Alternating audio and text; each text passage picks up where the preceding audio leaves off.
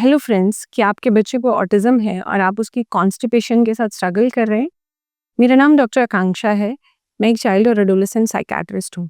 आज बात करेंगे कि ऑटिज्म में हमें बच्चों के गट इश्यूज क्यों मिलते हैं और कॉन्स्टिपेशन को आप कैसे हैंडल कर सकते हैं। देखिए, कॉन्स्टिपेशन किसी भी बच्चे में जो 4 साल का, 5 साल का, 6 साल का है और हमेशा अगर आप उसकी कॉन्स्टिपेशन के साथ स्ट्रगल कर रहे हैं, तो हमें 2-3 चीज़ों के बारे में देखना है। पहली बात, हर कॉन्स्टिपेशन जो बच्चा जिसे ऑटिज्म है, उसमें ऑटिज्म की वजह से होना ज़रूरी नहीं है। नंबर 2 कि कुछ बच्चे ऐसे हैं जिनकी ऑटिज्म की वजह से उन्हें कॉन्स्टिपेशन होती है। Number 3 constipation faulty food habits की वजह से भी हो सकती है। और नंबर 4 कॉन्स्टिपेशन फ्लूइड इनटेक कम होने की वजह से भी हो सकती है। तो हम डिफरेंशिएट कैसे करेंगे कि ये कॉन्स्टिपेशन जो हमारा बच्चा जिसकी हम ऑटिज्म के साथ स्ट्रगल कर रहे हैं, ये उस ऑटिज्म की वजह से है या फिर ये डाइटरी या हाइड्रेशन की वजह से है। सबसे पहले देखिए, करेक्शन कैसे करना है। सबसे पहले हमें फूड को चेंज करना है। हमें उसके डाइट में ज़्यादा से ज़्यादा रफेज ऐड करना है। अब अगर आपको लगता है कि आपका बच्चा पिकी ईटर है और वो तो खाएगा ही नहीं, वो रफेज सैलेड्स लेगा नहीं, फ्रूट लेगा नहीं, तो फिर हम उसकी डाइट में कैसे चेंजेस करेंगे? देखिए, ज़्यादातर बच्चों के ओरल हाइपर सेंसिटिविटी होती है, तो उसके लिए हम हो सकता है उसे मैश्ड फॉर्म में, बॉइल्ड, स्टीम और प्यूरी फॉर्म में आप उसे रफेज दिया कीजिए। जैसे रफेज का अमाउंट बढ़ता है, वैसे ही बल्क बढ़ता है फीसिस में और जो कॉन्स्टिपेशन की प्रॉब्लम है, वो बहुत अच्छे से सेटल हो जाती है। नंबर 2, हाइड्रेशन इंश्योर कीजिए।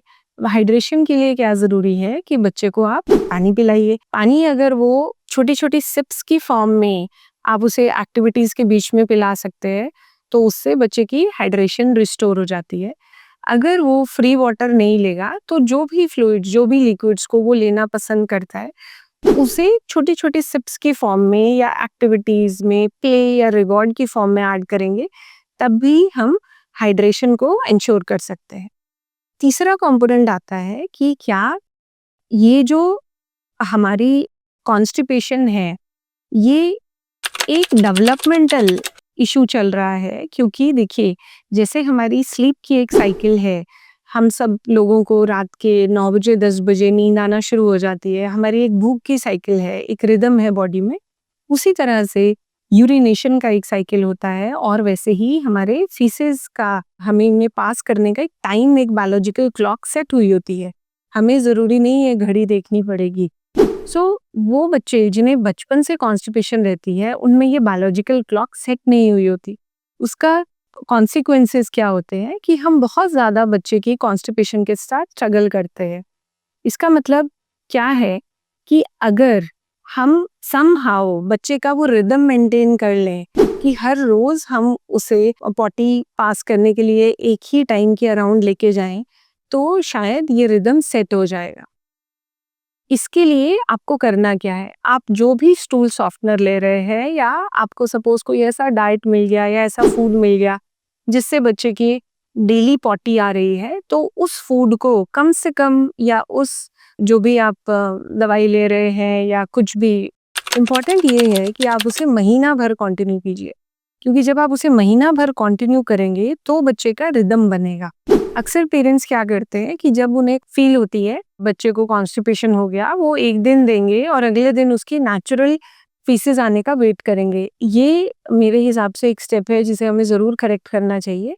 अगर आपको कोई चीज़ मिली है, चाहे वो कोई दवाई है, फूड है, कुछ भी है, जिससे वो नेचुरल अपनी पॉटी रोज़ करने लगा है, तो उस पैटर्न को कम से कम 3 वीक्स टू 4 वीक्स मेंटेन कीजिए। उससे बच्चे का रिदम सेट हो जाएगा। और जो चौथी बात है, जिसमें हम बच्चों की गट इन्फ्लेमेशन की बात करते हैं ऑटिज्म की वजह से, उसकी वजह से भी कॉन्स्टिपेशन हो सकता है। तो इस चीज़ के लिए कुछ प्रोबायोटिक्स हैं, जो मार्केट में इंट्रोड्यूस किए गए हैं। इन प्रोबायोटिक्स में हेल्दी बैक्टीरिया बच्चे के गट में डाले जाते हैं और उन हेल्दी बैक्टीरिया से फिर गट की इन्फ्लेमेशन कम होती है और उससे आपका जो बच्चे की कॉन्स्टिपेशन से उसे रिलीफ मिलता है। तो इन 4 जो पॉइंट्स हैं, उन्हें आपने ज़रूर बच्चे के शेड्यूल में ऐड करना शुरू करना है। एक चीज़ का ध्यान रखिएगा, एक टाइम पे एक चीज़ ऐड कीजिए और देखिए कि किस फैक्टर को ऐड करने से बच्चे की कॉन्स्टिपेशन ब्रेक कर रही है। आपको इसी तरह के इंटरेस्टिंग वीडियोज़ को लेके हम नेक्स्ट वीक भी आपसे मिलेंगे। आप हमारे चैनल को सब्सक्राइब कीजिए और शेयर कीजिए। और इंटरेस्टिंग टॉपिक्स के बारे में जानना हो तो हमें कमेंट बॉक्स में लिख के बताइए। मिलती हूँ मैं आपसे नेक्स्ट वीडियो में। तब तक के लिए अपना और अपनी फैमिली का ख्याल रखिए।